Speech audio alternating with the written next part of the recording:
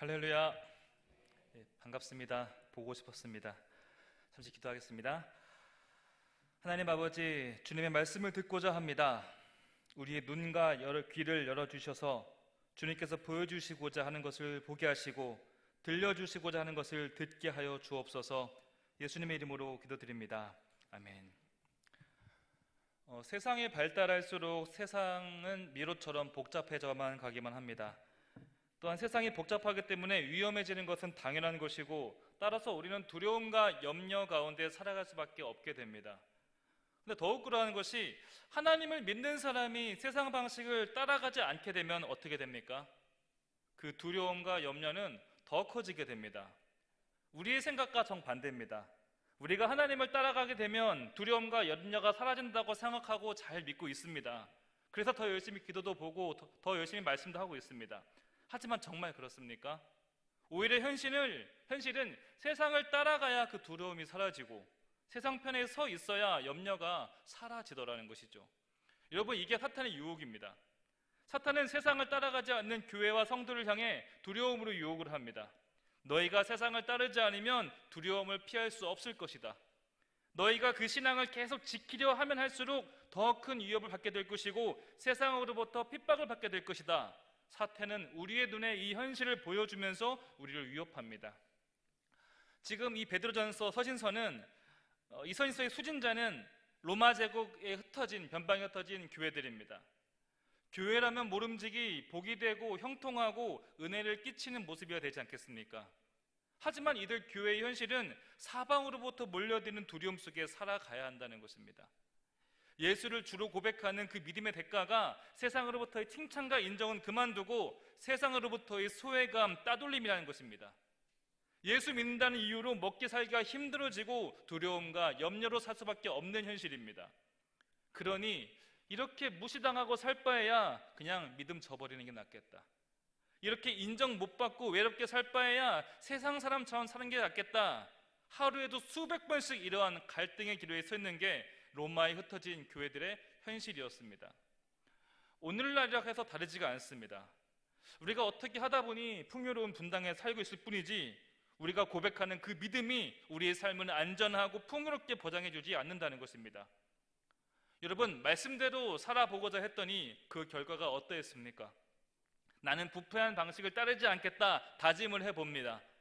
속이는 게 관행이고 모른 척하는 것이 관행인 세상 속에서 나만큼은 정직을 지켜봅니다. 또 모두가 눈치 보며 침묵할 때 이거 아닌 건 아니라고 소리도 내봅니다. 하지만 그 결과가 어떠했습니까? 그럴 때 세상에서는 승리의 영광, 승리의 면류관을 주는 것이 아니라 오히려 더 큰 핍박과 두려움으로 우리를 위협하더라는 것입니다.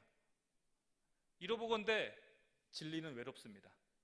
그래서 교회의 길은 외로운 십자가의 길입니다. 우리가 본디 믿음을 말하면서 세상에서 주목받고 칭찬받기를 바라고 있다면 우리는 지금 제대로 가고 있는 것인가 진지하게 고민해 봐야 됩니다. 우리가 갈 길이 좁은 문이건만 가지 말아야 될 넓은 길, 넓은 문으로 가고 있으면서 예수 따른다고 말만 하고 있는 것은 아닌지 스스로 점검하며 돌아봐야 한다는 것입니다. 그렇기에 교회와 성도가 세상으로부터 칭찬받고자 하는 마음, 드러내고자 하는 마음, 부하고자 하는 마음으로 살아간다면 우리는 제자의 길, 십자가의 길을 상관없는 인생이 된다는 것입니다. 예수님을 찾은 부자 청년이 왜 낙심하고 돌아갔습니까? 가진 게 돈이고 자랑하고 싶은 게 돈입니다. 여태 해오던 구제와 섬김도 사랑의 마음으로 한 것이 아니라 돈으로 한 거였고 드러내고자 한 거였습니다. 그런데 예수를 따르려면 그 자랑 내려놓아야 하니 도무지 못 가겠는 겁니다.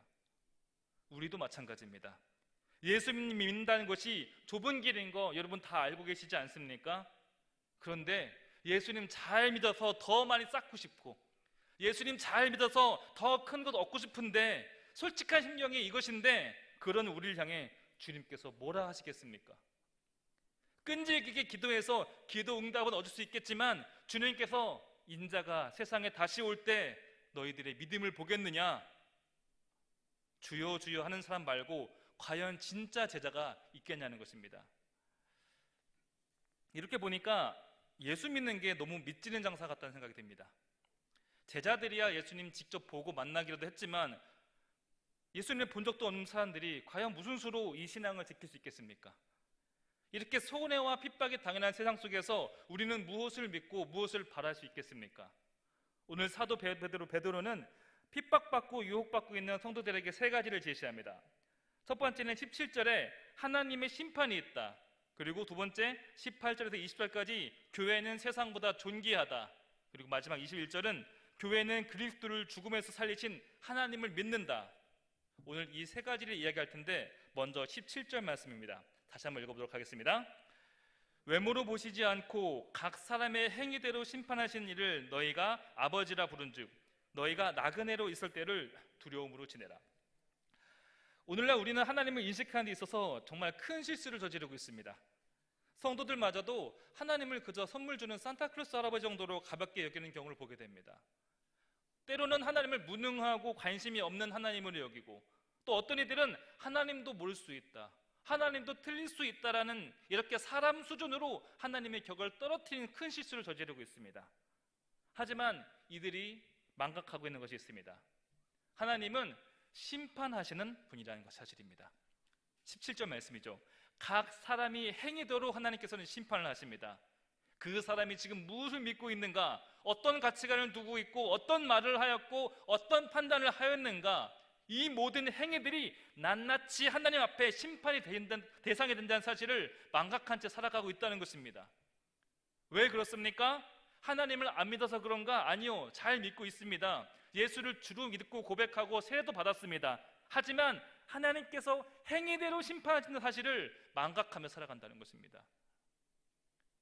복 주시는 하나님, 보호하시고 위로하시고 치료하시는 하나님은 수도 없이 묘사하고 고백하지만 진노하시는 하나님, 심판하시는 하나님, 죄를 미워하시는 하나님에 대해서는 그다지 우리가 관심을 갖지 않는다는 것입니다. 우리가 주의를 지키고 헌금을 정성껏 준비하고 또 전도와 봉사를 이야기하면서 성경에 수도 없이 기록하고 있는 죄의 고발과 회개에 대해서는 우리는 지나치게 침묵하고 있지는 않습니까? 하나님이 다 보고 계시고 다 기억하시니 복 주실 것이다 라고는 말하지만, 하나님이 다 보고 계시고 기억하시니 심판하실 것이다 라고는 말하지 않습니다. 과거 이스라엘처럼 평강이 있다, 복이 있다 라고 외치는 선지자들은 난무하지만, 이렇게 살면 평강이 없다, 하나님이 진노하신다, 제발 너희들 회개해야 된다라는 선지자는 도무지 보이지가 않습니다. 또한 우리 마음들 가운데서도 하나님은 모세나 다윗에게서나 하나님이었지 우리에게는 같은 하나님이 아니라는 생각, 계신 것은 알지만 우리 삶에 깊이 관여하지 않는다는 생각, 이렇게 막연하고 희미한 믿음들이 우리를 방종의 모습으로 살아가게 한다는 것입니다. 여러분 기억하십시오. 하나님은 다 보고 계십니다. 그리고 직접 보신 우리의 행동들, 직접 들으신 우리의 말들을 근거로 우리를 심판하신다는 것이 성경의 일관된 외침입니다. 더군다나 하나님은 속지 않으십니다. 하나님께서는 교회라는 건물, 직분이라는 겉옷에 속지 않으시고 그 안에 열매가 있는가, 그 안에 거룩함과 진실함과 사랑이 있는가, 예수 그리스도의 핏부림 위에 합당한 삶을 살아가고 있는가, 이것을 보신다는 것입니다. 사람 눈에 커 보인다고 하나님 눈에도 커 보이는 것은 아닙니다. 사람 눈에 좋아 보인다고 하나님 보시기에 좋은 것 아닙니다. 우리가 사람의 시선은 신경 쓰면서 남들의 판단과 생각은 그렇게 중요히 여기면서 정작 우리를 심판하시는 하나님의 신선을 신경 쓰지 않는다면, 하나님이 다 보고 계신다, 다 듣고 계신다는 생각을 놓쳐버린다면 우리는 이것이 낭떠러지인지도 모르고 열심히 노를 저어가는 미련한 인생이 되어갈 뿐입니다. 그렇기 때문에 우리는 결코 속지 않으신 하나님, 행위대로 심판하신 하나님께 대한 두려움을 가지고 살아야 됩니다. 로마 황제를 두려워하고 코로나 바이러스를 두려워할 것이 아니라 마땅히 두려워해야 할 하나님을 두려워하며 우리는 살아가야 됩니다. 그럼 왜 우리는 하나님을 두려워하지 않습니까? 우리는 우리가 살던 곳을 벗어나 먼 타지로 잠시 떠나게 되면 자신의 본분을 잊기 십상입니다. 신분이 노출된 고향에서는 그렇게 존경받는 사람이 해외여행만 가면은 탈선을 하는 일들을 종종 보고 있지 않습니까? 멀쩡하던 사람인데 그렇게 얌전하던 사람이 해외여행만 가면 사고를 치고 돌아옵니다. 동네에서는 하지 못할 행동, 가족과 지인들 앞에서는 하지 못할 행동들을 나를 아는 이가 없는 곳에서는 서슴지 않고 한다는 것입니다. 왜 그렇습니까? 나의 행위에 대해서 판단할 사람도 없고 간섭할 사람도 없다고 생각하기 때문입니다. 하지만 요즘 세상이 어떤 세상입니까? 머지않아 다 드러나고 맙니다. 결국 많은 이들이 보는 앞에서 공개되고 심판대에 오르지 않습니까? 이처럼 나를 보는 이가 없다는 생각, 나를 아는 이가 없다는 생각에서 오는 이 무모한 안도감이 나를 망치는 것입니다. 오늘날 많은 교회들이 그러한 안도감 가운데 살아가는 것 같습니다. 많은 성도들이 지금 여기서의 승리가 최종 승리인 양, 지금 여기서의 결론이 최종 결론이며 전부인 양 근거 없는 안도감으로 살아가고 있습니다. 마지막 때에 주님과 더불어 세상을 심판해야 될 그 교회가 오히려 아무도 모르겠지라는 안도감으로 심판이 대상이 되어서 살아가고 있습니다. 더 큰 문제는 도무지 하나님을 두려워하지 않는 이런 우리의 오만한 태도가 세상 사람들이 봤을 때 교회의 모습을 보니 하나님 안 계시구나, 교인들의 행실을 보니 하나님도 없고 최후 심판도 없구나, 이런 근거 없는 안도감으로 모두를 멸망의 길로 안내하고 있다는 것입니다. 몇 년 전에 어떤 분이 그런 말을 했습니다. 자신은 절대로 교회를 가지 않겠대요. 그래서 그 이유를 직접 물어봤더니 시어머니가 교회 다니거든요. 시어머니가 다니는 교회가 그런 곳이라면 교회 다닐 필요 없다라는 겁니다. 세상이 봤을 때 교회가 존재하는 모습이 겨우 그 정도라면, 그리스도인이 하는 생각과 말이라는 것이 겨우 그 정도라면 세상은 하나님을 믿어도 별반 차이가 없구나, 이런 위험한 안도감 가운데 살아갈 수밖에 없다는 것입니다. 그래서 여러분들이 그냥 한 사람이 아닙니다. 그래서 베드로는 흩어진 나그네와 같은 이 땅의 교회들에게 마땅히 두려워해야 할 하나님을 가르칩니다. 너희가 누구 앞에서 살아야 되는가? 너희는 황제와 권력자들의 시선을 의식하며 살 것이 아니라 산소망 되시는 예수 그리스도를 바라보며 살아야 된다. 심판하신 하나님께서는 황제와 권력자들을 심판하실 것이다. 수많은 신들을 섬기는 헬라인도 심판할 것이고, 전통을 붙들고 있는 유대인들도 심판할 것이고, 또한 자기 소견대로 살아가고 있는 모든 이들을 심판하실 것이다. 그러니 너희는 그 하나님 앞에서 살아가라는 것입니다. 그래서 베드로가 우리에게 요구하는 참된 신앙은 모든 굽어진 것들이 바로 펴지게 될 그 최후의 날을 믿는 것입니다. 다 없어지고 썩어질 때 유일하게 살아계실 예수 그리스도를 따라가는 삶만이 이 마지막 때에 우리가 걸어갈 길이라는 것을 우리 여러분들은 기억하시길 바랍니다. 그렇다면 그 근거가 무엇인가? 오늘 읽지 않았지만 1장 2절 말씀을 우리 한 목소리로 읽어보도록 하겠습니다. 시작. 곧 하나님 아버지의 미리 아심을 따라 성령이 거룩하게 하심으로 순종함과 예수 그리스도의 핏부림을 얻기 위하여 택하심을 받은 자들에게 편지하노니 은혜와 평강이 너희에게 더욱 많을지어다. 사도 베드로는 힘주어 얘기합니다. 이 땅에서 손해보는 것 같지만 이 믿음의 길에는 하나님 아버지의 미리 아심이 있다는 것입니다. 그리고 밑지는 장사 같은 이 믿음의 여정에는 예수 그리스도의 핏부림이 있고 성령님의 거룩하게 하심이 우리에게 있다고 말씀하시고 있습니다. 여러분, 세상에 이런 길이 어디 있습니까? 이렇게 든든한 길, 이런 능력의 길이 세상에 어디 있겠습니까? 우리가 가는 이 길이 좁은 길 같고 좁은 문 같지만 실상은 좁은 길이 아니라는 거예요. 하나님 아버지님이 미리 아시는 길이고 예수 그리스도께서 피를 뿌리신 길이고 성령님이 거룩하게 하신 그 길이라는 사실입니다. 이렇게 든든한 산 소망이 있기 때문에 우리는 낙심하지 않고 오히려 선을 행하며 이 길을 갈 수 있는 것입니다. 우리는 종종 세상의 판단에 휘둘리며 살아가는 나 자신과 성도들을 바라보게 됩니다. 세상에 주는 근심과 걱정, 두려움에 휩싸여서 모든 것이 끝난 것처럼 아무것도 하지 못하며 살아갑니다. 마치 세상 사람의 시선과 판단이 최종 결론인 줄 알고 댓글 하나에, 싫어요 버튼 하나에 매여서 옴싹달싹 못하며 살아가고 있는 모습을 보게 됩니다. 이렇게 사람은 두려워하는 대상의 종이 되기를 자처합니다. 사람이 무서우면 사람의 종이 되고 또 돈이 두려우면 돈의 노예가 됩니다.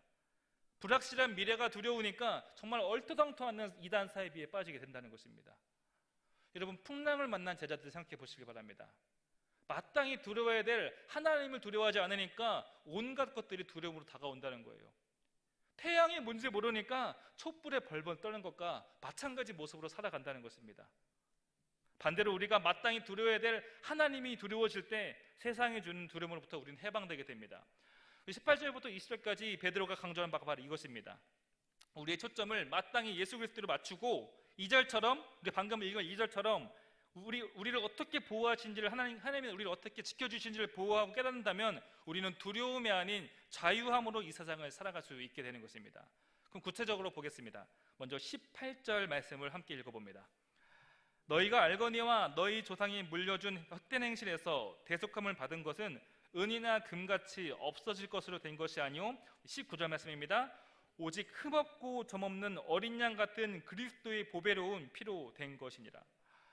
자녀는 부모를 따라하고 부모를 닮아갑니다.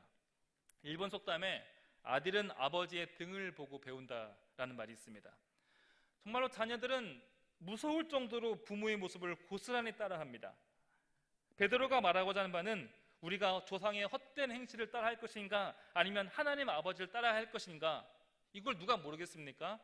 대답은 명백합니다. 모를까봐 가르쳐주는 것이 아닙니다. 하지만 누구를 따를지 알기 이전에 당신이 누구인가, 당신이 누구의 자녀이며 누구에게 소속되어 있는가, 이것을부터 확실히 하라는 것입니다. 정체성이 흔들리니까 갈팡질팡하더라는 거예요. 이것부터 확실히 하고 이것을 기억하고 정리가 되어야 우리가 누구를 따를지, 누구에게 속한 자가 될지를 결정할 수 있다는 것입니다. 여러분, 자녀들을 위해서 어떻게 기도하고 계십니까? 우리 자녀들이 하나님의 자녀로 살게 되기를 기도하시길 바랍니다. 우리 부모들이 해야 될 기도는 자녀들이 하나님께 속한 인생으로, 하나님께 속한, 하나님을 닮아가는 인생이 되도록 우리는 기도해야 됩니다. 그저 세상에 속해서 세상만 닮아간다면, 세상에서 잘 풀리기만을 위해 기도한다면 그 인생이 18절에서처럼 헛된 행실, 헛된 인생이 될 수밖에 없다는 것입니다. 교회도 마찬가지입니다. 교회가 따라갈 게 없어서 교회 세상을 따라가서 되겠습니까? 오직 예수님만 닮아가고 예수님만 따라간 교회가 될 때라야 우리는 교회는 교회 될 수 있는 것입니다. 많이 모이고 건물은 웅장한데 그 속에서 세상과도 못한 도덕적 가치를 가지고 있다면 그 교회는 18절에서처럼 없어질 교회, 헛된 행실에 불과한 교회가 되는 것입니다. 교회는 음부의 권세가 이기지 못하는 곳입니다. 세상 따라가지 않아도 되는 곳이 교회입니다. 세상 유행 없어도 든든히 서 있는 것이 교회입니다. 성도 여러분, 우리 삶 속에 녹아있는 헛된 행실을 버리시길 바랍니다. 깊게 물들어져 있는 세상의 행실을 버리고 오직 아버지 하나님만 바라보고 따라간 여러분 되시길 부탁드립니다. 그리고 사도 베드로는 계속해서 우리가 세상을 이길 수밖에 없는 근거를 제시합니다. 어떻게 이깁니까? 바로 하나님을 두려워함으로 우리는 세상을 이길 수 있습니다. 우리가 하나님을 두려워할 때라야 우리는 세상이 두려워하지 않을 수 있습니다. 그럼 하나님은 어떤 분이신가? 21절 말씀 함께 봅니다. 너희는 그를 죽은 자 가운데서 살리시고 영광을 주신 하나님을 그리스도로 말미암아 믿는 자니 너희의 믿음과 소망이 하나님께 있게 하셨느니라. 하나님이 어떤 하나님이신가? 첫 번째로 하나님은 그리스도를 죽은 자 가운데서 다시 살리신 하나님이십니다. 그리고 두 번째로 그에게 영광을 주신 하나님입니다. 이 두 가지가 베드로전서 전체를 관통하고 있습니다. 상당히 단순해 보이지만 하나님이 예수를 다시 살리셨다, 그리고 그에게 영광을 주시고 그를 믿는 자에게 모든 소망을 주셨다, 이 두 가지 사실이 베드로의 인생을 움직이고 전부이며 진리이며 핵심입니다. 여러분, 죽어야 다시 살아남을 경험하게 됩니다. 그래서 우리가 가는 이 나그네 길은 반드시 고난과 죽음이 놓여져 있습니다. 다윗의 표현대로 사망의 음침한 골짜기가 우리 인생에 수시로 놓여져 있습니다. 산통 없이 아이 낳는 사람 없습니다. 그래서 우리가 잘 믿어서 고난을 피하는 사람이 되는 것이 아니라 잘 믿어서 고난을 이기는 사람들입니다. 자꾸 고난 피하려 한다면 그것은 마치 다른 누군가에게 대신 아이를 낳아주고 대신 키워달라고 하는 것과 마찬가지입니다. 여러분, 다시 살리시는 하나님을 믿으십니까? 우리가 부활을 믿는다는 것은 고난과 죽음을 인정해야 가능한 겁니다. 십자가를 거부한 이에게 결코 부활은 없습니다. 그래서 그리스도인들은 매일매일 죽음으로 살아가는 사람들입니다. 하지만 방금 읽은 21절 말씀처럼 죽은 자를 다시 살리신 하나님께서 이 길을 가는 우리에게 영광 또한 주실 것을 믿기 때문에 우리는 산소망을 품으며 이 길을 갈 수 있는 것입니다. 사랑하는 성도 여러분, 오늘도 우리는 나그네 길을 걷습니다. 이 길에는 예상하지 못한 코로나라는 두려움이 있고 또 돈이라는 강력한 유혹이 이 길에 놓여져 있습니다. 또 이 여정에는 군데군데 사망의 음침한 골짜기가 우리의 발걸음을 무겁게 하고 있습니다. 그러나 1장 2절 말씀을 기억하시길 바랍니다. 우리에게는 하나님 아버지의 미리 아심이 있습니다. 우리에게는 성령님의 거룩하게 하심이 있고 우리가 걸어가는 이 길에는 예수 그리스도의 피뿌림이 있습니다. 이 말씀을 힘입어 고난과 핍박과 유혹이 가득 찬 이 세상 속에서 아무쪼록 하나님께 속한 자로 살아가시길 부탁드립니다. 또한 우리에게 심판이 있음을 기억하시길 바랍니다. 지금의 세상은 굽어졌지만 곧게 펴실 하나님을 믿으며 마땅히 두려워해야 할 하나님을 두려워함으로 이 세상을 이기며 또한 인내와 견딤으로 살아간 여러분 되기를 축복합니다. 이 시간 말씀을 기억하시면서 함께 기도하는 시간 갖도록 하겠습니다. 먼저 심판하시는 하나님을 기억하며 살게 해달라고 기도해 주시길 바랍니다. 하나님이 보고 계신다, 하나님이 듣고 계신다, 또 그 행위대로 심판하신 사실을 잊지 않게 해달라고 기도하시길 바랍니다. 우리가 가는 길 두려움이 있습니다, 어려움이 있습니다, 핍박이 있습니다. 그러나 그 길에는 하나님의 미리 아심이 있고 성령 하나님의 거룩하게 하심이 있고 예수 그리스도의 핏뿌림이 있습니다. 그것을 믿으며 기꺼이 믿음의 길을 완주하게 해달라고 이제 함께 주님 크게 부르며 기도하도록 하겠습니다. 주여, 아버지 하나님, 우리가 하나님을 믿으며 살아가는 가운데 있으나 우리가 많은 것을 두려워하며 많은 것을 염려하며 살아갈 때가 너무도 많이 있습니다. 또한 우리가 심판하신 하나님을 기억하지 않고 방종의 모습으로 지금 나의 삶의 모습을 만족하며 살아갈 때가 너무도 많이 있습니다. 아버지, 언제나 우리를 보고 계시고 내 말을 듣고 계시고 하나님을 기억하며 살아가게 하여 주시옵소서. 그 행위대로 심판하신 하나님을 깊이 기억하며 언제나 하나님 앞에 서 있는 우리 모두가 되게 하여 주시옵소서. 아버지, 우리가 살아가는 길 죽음이 있습니다, 고난이 있습니다, 어려움과 아픔이 놓여져 있습니다. 그러나 이 길을 우리가 혼자 가는 것이 아니라 하나님이 함께 나가신 가는 길을 기억하게 하여 주시옵소서. 하나님 아버지 미리 아심이 있고 성령 하나님의 거룩하게 하심이 있고 예수 그리스도의 핏불이 있음을 기억하면서 믿고 나아가는 우리 모두가 되게 하여 주시옵소서. 이 길을 완주하게 하여 주시옵시고 결코 낙심하거나 좌절하거나 아버지 갈팡질팡하는 인생이 아닌 오직 산소망 대신 예수 그리스도를 바라보는 우리 모두가 되게 하여 주시옵소서. 예수님 이름으로 기도드립니다. 하나님 아버지, 우리를 미리 아시고 또한 거룩하게 하시고 그 거룩한 피로 우리를 구별하게 하신 아버지 하나님께 감사드립니다. 우리가 이 길을 혼자 간다 생각할 때가 많이 있었습니다. 과연 하나님께서 살아계시는가 의심할 때도 많이 있었습니다. 그런 저희를 용서하여 주옵소서. 또한 모든 것을 보고 계시고 모든 것을 듣고 계시고 심판하신 하나님을 기억하며 끝까지 선한 싸움을 해가며 믿음의 경주를 완주하는 우리 모두가 되게 하여 주옵소서. 예수님의 이름으로 기도드립니다. 아멘.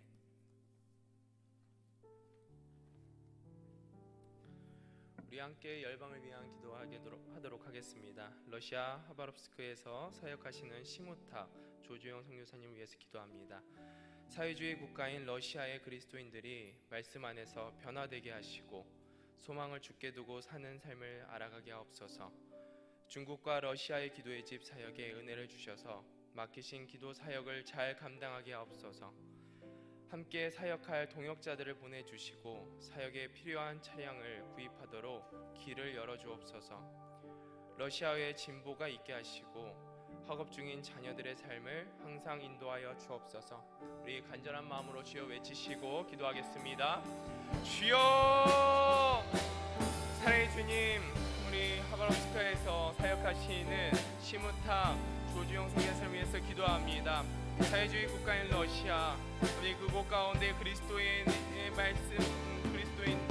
말씀이 선포되어질 수 있도록, 아니 우리가 변화되어질 수 있는 그 은혜가 있도록 주님 그 말씀 가운데 역사하여 주시옵소서. 은혜를 베풀어 주시옵소서. 오직 소망을 주님께만 두고 아버지 사는 삶을 살아갈 수 있도록 그곳에 함께하는 사역하는 가운데 아버지 그 말씀을 듣는 성도들 가운데 변화를 주시옵소서. 중국과 러시아의 기도의 집 사역에 은혜를 주시옵소서. 그래야 맡기신 기도 사명을 잘 감당하게 하여 주옵소서. 묶였던 것이 풀어지고 주님의 일들을 목도하는 아버지 은혜가 있게 하여 주옵소서. 그곳에 함께 사역할 동역자들을 구하고 있습니다. 주님, 주님께서 준비하신, 주님께서 예비하신 동역자를 그곳 가운데 보내주셔서 아버지 주님께서 맡기신 사역들 온전히 감당할 수 있도록 은혜 베풀어 주옵소서. 특별히 필요한 차량이 있습니다. 아버지 그 차량을 구입할 수 있는 아버지 통로들을 열어 주시옵시고 믿음 잃지 않고 주님께서 만들어 가시는 그 은혜들을 발견하게 하여 주옵소서. 특별히 러시아어의 진보가 있도록 주님 은혜 베풀어 주시길 바랍니다. 그 언어의 능력에 주님께서 은혜 베풀어 주셔서 아버지 하나님 은혜로 말미암아 러시아의 진보가 있게 하시고 특별히 또 학업 중인 자녀들의 삶을 항상 인도하여 주셔서 아버지 손을 떠나 있지만 하나님 은혜로 그 길들이 인도되어지고 하나님의 그 선하신 뜻 가운데 이끌림 받는 그 인생 될 수 있도록 주님과 동행하는 그 기쁨을 누릴 수 있도록 인도하여 주옵소서. 우리 한반도를 위해서 기도합니다. 코로나19로 인해 나타난 사회적 경제적 어려움을 잘 극복하게 하시고 특별히 치료제와 백신이 개발되어 세계적인 확산이 멈춰지도록 도와주시옵소서. 한국교회가 성령의 충만함으로 복음 통일, 평화 통일을 이루게 하여 주옵소서. 북한에 억류되어 있는 선교사님들을 속히 풀어 주옵소서.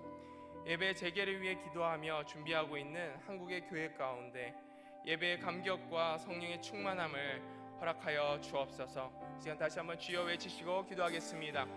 주여! 하나님, 코로나19로 인해 고통과 두려움 속에 있는 이들이 있습니다. 주님, 그들의 마음과 영혼들을 돌보아 주옵소서. 코로나19로 인해 모든 어려움과 찾아온 어려움과 힘든 시간들이 빨리 지나가고 다시 안정되어 회복이 찾아오게 하여 주옵소서. 코로나로 인한 경제적, 사회적 어려움들이 있습니다. 이러한 문제들이 속히 해결되고 회복이 찾아오기를 소망합니다. 코로나19 치료제와 백신이 개발되어지고 세계적인 확산이 멈춰질 수 있도록 하루속히 주님 역사하여 주옵소서. 특별히 한국교회가 성령의 충만함으로 복음 통일, 평화 통일을 준비하게 하여 주옵소서. 그래서 우리가 살아있을 때 주님께서 예비신 통일을 목도하게 하여 주옵소서. 아멘. 특별히 북한에 억류되어 있는 김국기, 김정욱, 최충길, 고현철, 김원호, 한진우, 장문석 선교사님을 속히 풀어주시옵소서. 하나님, 그들의 아픔을 주님께서 아시오니 하나님께서 그들의 고통을 다시 한번 함께 감당하고 계시오니 아니 하루속히 풀려질 그 은혜들 아버지 그 길들을 열어주옵소서. 아버지 예배의 재개를 위해서 기도합니다. 준비하고 있는 모든 한국교회 가운데 예배의 감격과 성령 충만함의 은혜를 허락하여 주시옵소서. 주님의 은혜를 사모하며 나아갑니다. 우리 창조교회를 위해서 기도합니다. 5월 10일 주일부터 재개되는 오프라인 예배가 잘 준비되어지고 은혜와 진리가 충만한 예배가 되게 하옵소서. 창조관 리모델링 공사가 잘 마무리되어 아름다운 교제 공간이 되게 하옵소서. 병상에서 투병 중인 환우들에게 회복과 치유의 은혜를 더하여 주옵소서. 코로나19로부터 창조교회 가정들을 지켜보아여 주시고 모든 성도들의 삶 속에 건강과 평안을 허락하여 주옵소서. 다시 한번 마지막으로 주여 한번 부르짖고 기도하겠습니다. 주여! 하나님, 창조교회를 위해서 기도합니다. 하나님, 드디어 하나님 주님의 은혜 가운데 코로나19가 물러가고 우리가 예배할 수 있는 아버지 기회가 찾아왔습니다. 하나님, 5월 10일 주일부터 드려지는 이 예배 가운데 온 교우들이 다 함께 예배당에 모여드린 이 감격을 주님께 올려드립니다. 창조교우들이 함께 모여 예배드리며 교제하는 그날을 기다리며 기대하는 마음으로 기도로 준비하게 하시고 특별히 그 가운데 은혜와 진리가 충만하게 하여 주옵소서. 창조관 리모델링 공사가 진행되고 있습니다. 잘 과정들이 주님께서 간섭한 가운데 이루어지게 하여 주시옵시고 마무리되어 아름다운 교제 공간으로 사용될 수 있도록 함께하여 주옵소서. 특별히 병상에서 투병 중인 환우들을 주님 지켜보아여 주시옵시고 회복과 치유의 은혜를 허락하여 주셔서 아버지 예배 가운데 나오는 그 감격의 시간들을 주님 허락하여 주옵소서. 코로나19로부터 창조교회의 가정들을 지켜보아여 주시옵소서. 그래서 모든 성도들의 삶 속에 하나님 주님의 평안과 그 건강, 영육 간의 강건함이 임하게 하여 주옵소서. 온전히 주님의 은혜를 사모합니다. 예수 그리스도 이름으로 기도합니다.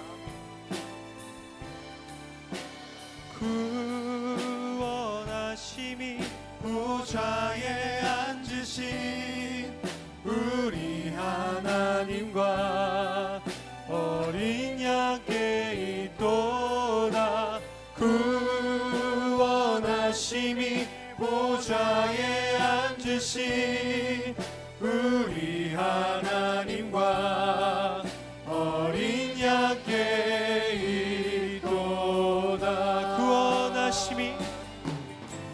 그 원하심이 보좌에 앉으신 우리 하나님과 어린 양께 있도다.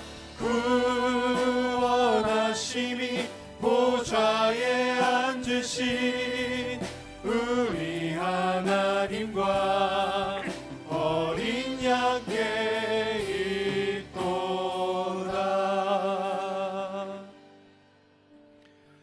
우리가 살아가게 하시고 삶의 어려움들을 주님께서 견디게 하실 뿐 아니라 우리의 삶을 심판하십니다.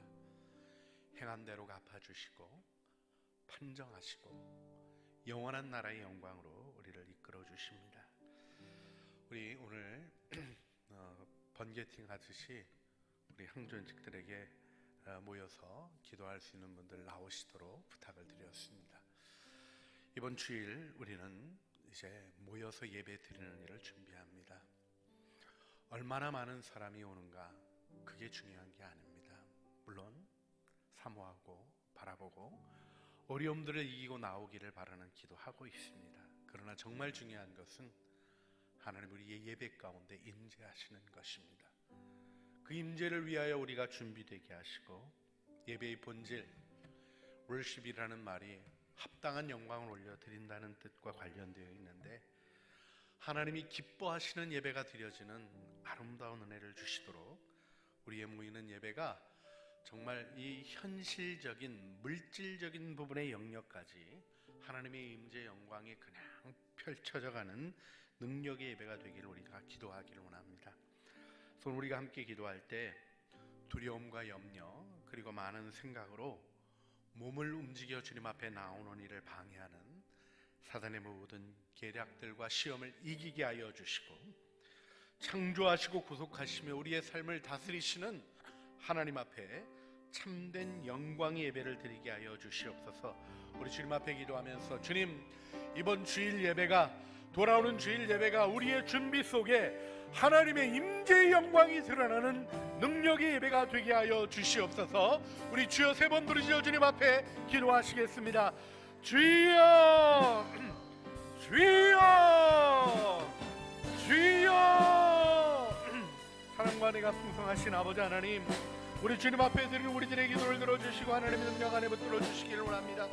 하나님 우리들의 삶 속에 하나님 예배의 기쁨이 있게 하시고 만남의 기쁨이 있게 하시는 은혜를 감사드립니다. 이제 하나님 오랜 기간 동안 우리가 서로 만나지 못했고 함께 모여 예배하지 못하는 답답함이 있었는데 하나님 이번 주일부터는 함께 모여 예배할 수 있는 은혜의 시간을 열어주시니 주님께 찬송과 영광을 올려드립니다.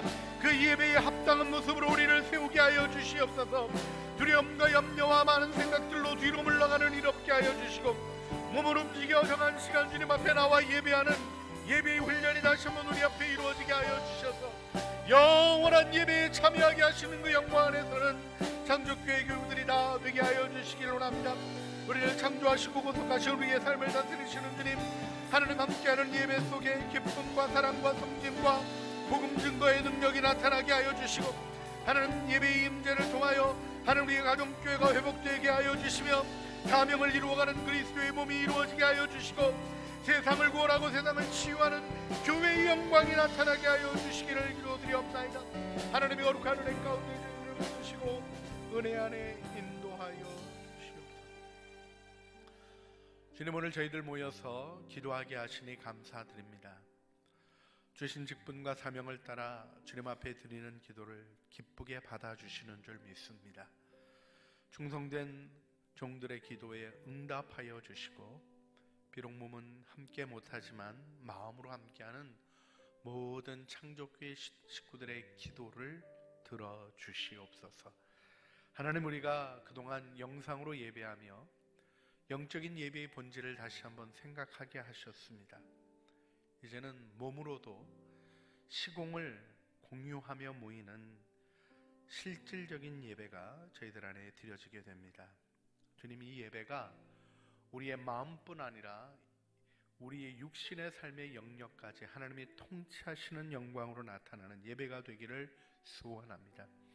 인류 사회 속에 물질적이고 육체적인 일보다 정신적이고 영적인 일이 우위에 있을 때 건강하고 바른 사회가 세워졌습니다. 저희들의 삶이 분리된 이원적인 삶이 아니라 하나 되게 하신 하나님의 능력 안으로 들어가는 삶이 되게 하여 주시고, 하나님의 거룩한 뜻을 이루는 영광의 예배가 드려지게 하여 주시옵소서. 우리를 창조하시고 죄악 가운데서 구속하시고 왕으로 임재하시며 우리의 삶을 다스리시는 성삼위 하나님의 이름을 찬양합니다. 하나님의 임재가 있는 예배를 통하여 우리 가정교회가 회복되어지게 하여 주시고, 사명을 이루는 그리스도의 몸이 일어남을 통하여 세상을 구원하고 세상을 치유하는 교회의 영광이 나타나게 하여 주시옵소서. 우리들의 기도를 들으시는 주님, 우리의 기도에 응답하시는 주님의 이름을 찬양합니다. 구비되게 하시고 드려지게 하시고 임재의 큰 기쁨 안에 하나님이 주신 사명 이루는 아름다운 교회로 서게 하여 주시옵소서. 우리 구주 예수 그리스도의 이름으로 기도합니다. 아멘.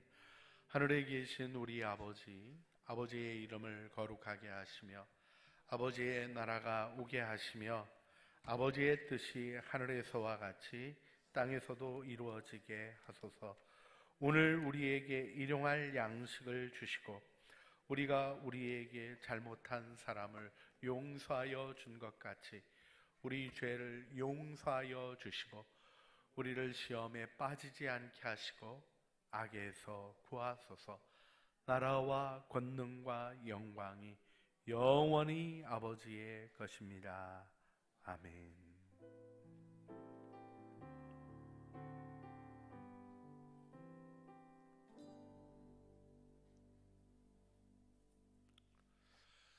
함께 기도하며 나가주신 여러분들께 감사드립니다. 우리 남은 시간도 함께 우리 이번 주일 모이는 예배를 위해서 기도해 주시고요. 또 모든 식구들이 함께 이 예배를 준비해 주시기를 바랍니다. 마음으로 함께하는 시간들에 하나님의 은혜가 있도록 기도해 주시고 또 이 모든 일들 속에 하나님께서 우리의 마음을 열어 인도하시는 아름다운 은혜가 있도록 함께 기도로 준비해 주시길 바랍니다. 우리 서로 축복하시면서 헤어지실 때 당신의 예배가 하나님이 주목하시는 예배가 되기를 바랍니다. 축복하시면서 헤어지시겠습니다.